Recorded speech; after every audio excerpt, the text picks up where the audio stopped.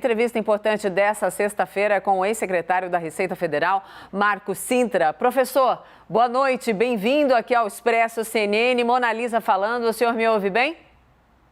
Muito bem, Mona Lisa. Boa noite, um prazer falar com vocês e com todos aí. Prazer é todo nosso em recebê-lo. Posso ir muito diretamente ao ponto?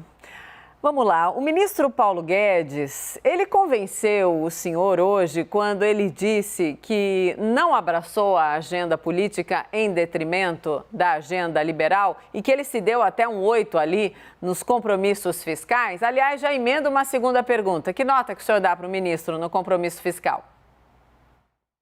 Olha, em primeiro lugar, é preciso dizer que o ministro Paulo Guedes é um apóstolo, ele é um doutrinário, ele acredita no que diz, acredita efetivamente na sua mensagem de um mercado mais atuante, de um governo mais leve. Agora, ele está enfrentando dificuldades que ele não previa, são dificuldades políticas naturais em cada governo. E eu diria que o ministro ganha uma nota muito alta no ponto de vista da sua disposição em trabalhar.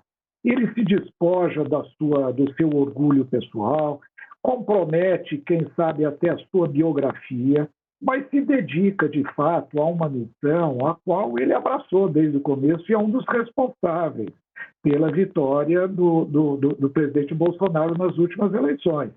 Então, eu acredito que ele esteja vivendo uma situação muito difícil. Ele não abriu mão das suas convicções, mas, por outro lado, está sendo forçado pelas circunstâncias até em benefício de maior credibilidade a este governo, ele está sendo forçado a comprometer algumas das suas convicções.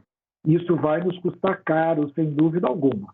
Mas a grande pergunta que deve ser feita é: seria melhor sem ele? Não haveria, quem sabe, um risco maior ainda de uma deterioração da política fiscal sem o ministro Paulo Guedes? Essa que é a pergunta que eu faria a todos, e eu mesmo tento responder. Sim, o senhor acredita que o ministro Paulo Guedes se mantém no governo até o fim? Eu acredito que sim. O ministro Paulo Guedes, como eu disse, ele é uma pessoa muito determinada. Eu acho que ele fica no governo até ser exonerado, se chegar ao ponto de ser exonerado, mas ele realmente acredita, vai fazer o seu trabalho. E eu, até certo ponto, eu entendo a situação atual. Quem é contra o Auxílio Brasil? O teto de gasto já foi rompido no ano passado, Sim, por circunstâncias plenamente justificáveis. Esta deste ano agora também encontra um respaldo muito forte. Quem pode ser contra o Auxílio Brasil numa situação onde a taxa de desemprego está em elevação, a pobreza aumentando, a fome aumentando, a inflação crescendo? O grande problema é que o governo não se preparou para esse momento. Nesse aspecto, eu dou uma nota baixa ao governo, não ao ministro, ao governo. Por quê? Quando existe um teto de gasto, a ideia do teto não é simplesmente dizer o que pode superar ou o que não pode superar. A ideia do teto de gasto é fazer com que haja pressão para que o governo reduza os gastos desnecessários, abusivos, ineficientes, abrindo espaço para gastos importantes que, sem dúvida alguma, crescem ao longo do tempo. Esta lição de casa o governo não fez. Eu dou nota 10 ao ministro pela sua disposição, pela sua determinação de continuar cumprindo o seu papel, mas eu dou uma nota baixa. Do ponto de vista fiscal, o governo não fez, não se preparou, não fez a lição de casa para poder enfrentar o limite de teto de gasto, que é uma âncora importantíssima para o país. Eu acho que nós vamos pagar, como disse, um preço alto por esse... É como uma receita de emagrecimento. O primeiro não é só um pedacinho aqui, um pedacinho ali, depois eu pego mais um pouco e no final, quando se olha, voltamos ao peso original. É exatamente essa situação que o governo está vivendo. Eu sou a favor de uma manutenção rígida do teto de gasto, mas para isso precisaria ter feito a lição de casa, reduzir gastos obrigatórios, reduzir gastos excessivos e aí sim abrir espaço para os custeios necessários e manutenção de investimentos.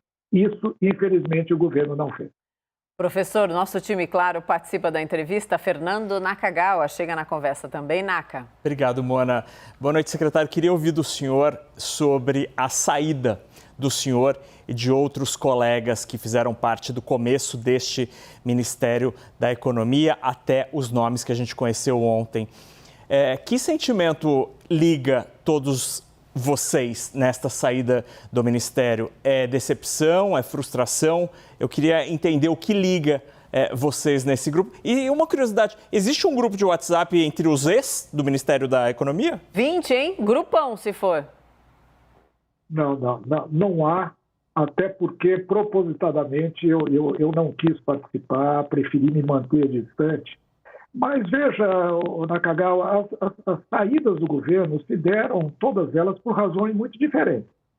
Eu continuei mantendo a minha linha de ação, acreditando nas coisas que sempre acreditei, acreditando numa linha de proposição de reforma tributária que teve o aval do ministro Paulo Guedes.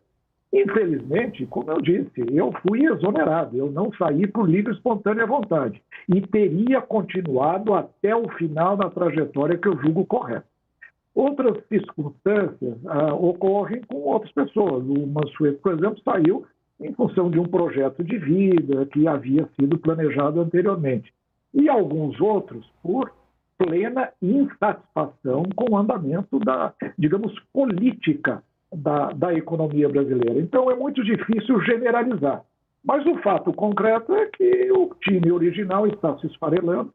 Logicamente, a mensagem que o ministro sempre quis trazer a este governo e que todos nós endossamos está sendo cada vez mais enfraquecida e, com isso, é o governo que perde. Eu acho que nós estamos vivendo realmente uma situação de desgaste bastante acentuado dessa gestão.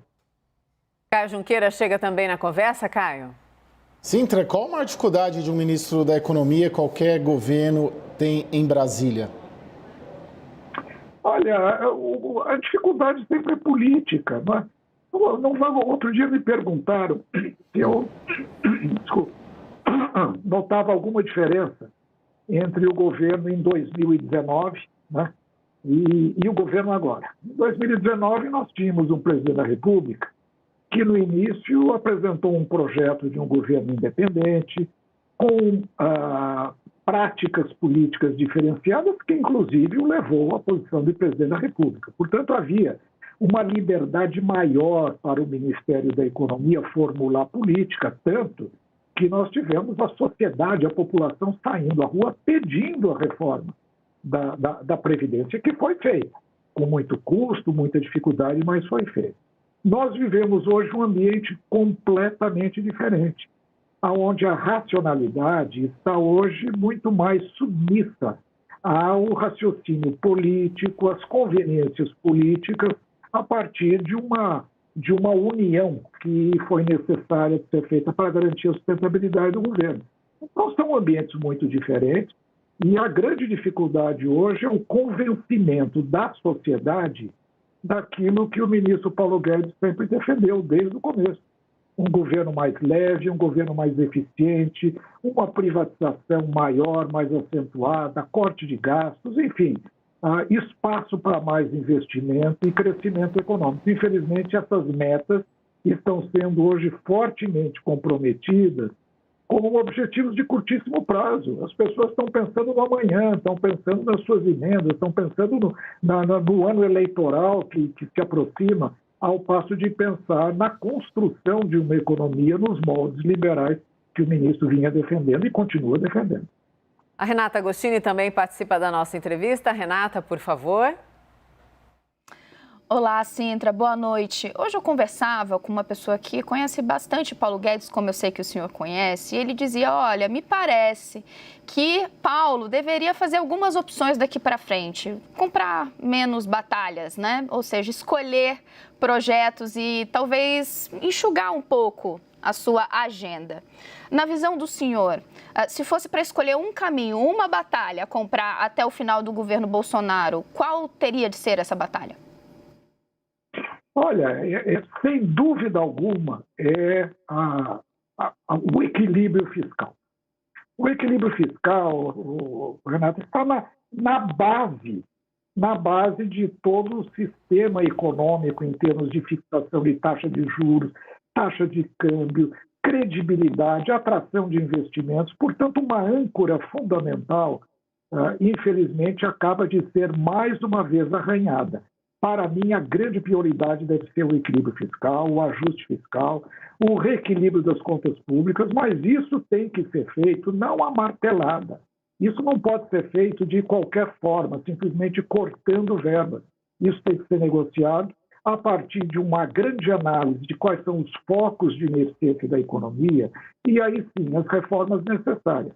Mas, infelizmente, o debate hoje está muito mais, como aliás, desde o primeiro ano desse governo, está muito mais focado na política, na reeleição, na recondução do cargo, do que propriamente na formação de uma nova política econômica. E perdeu-se o prazo. O primeiro ano e o segundo ano de governo, infelizmente o segundo prejudicado pela pandemia, é um momento que qualquer governo deve usar para fazer essas modificações que infelizmente não foram feitas.